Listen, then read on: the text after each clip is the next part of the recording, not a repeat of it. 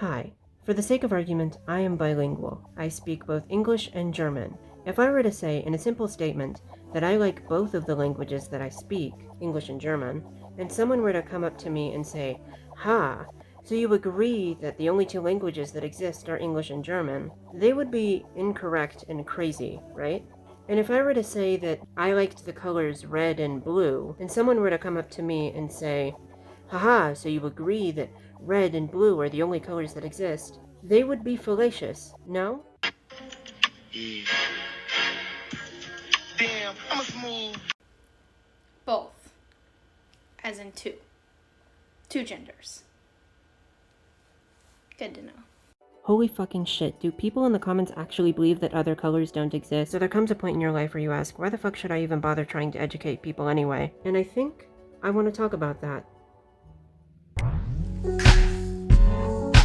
Hello again, my accomplices. I recorded the intro to this video last night, so no agenda, just freestyling. So as such, I'm gonna move into voiceover mode about now.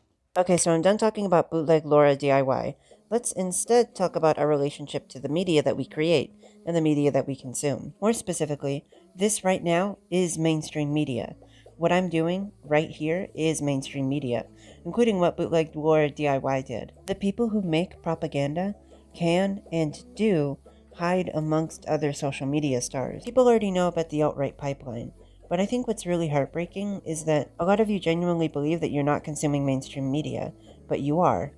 The mainstream media that you act like you ignore is being served to you directly on social media, being disguised as normal people. When people say that it's not their job to educate you, they're absolutely right.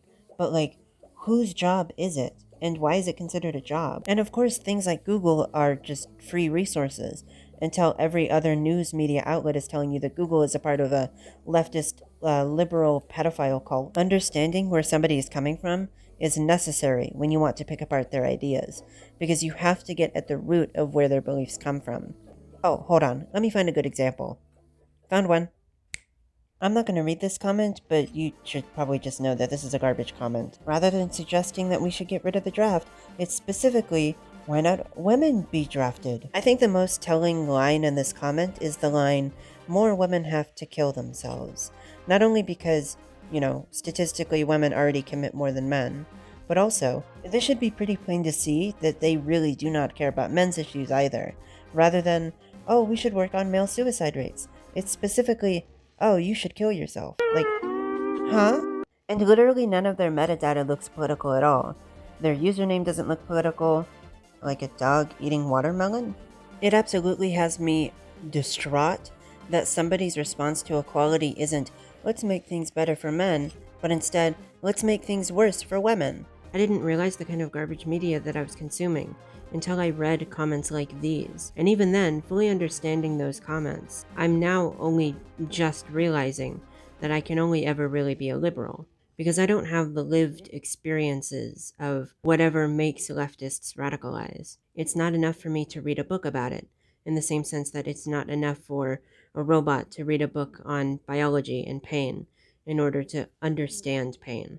I can only ever really be a leftist theoretically, but in practice, I can only ever really be a liberal. And I think understanding that, I have left politics mostly to the wayside, which I shouldn't. Politics affects how we all live. It's not enough to be done with it and say fuck women. And it's also not enough to just address men's issues without any solutions.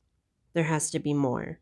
And I know that I, as an individual, can't understand it or do it on my own.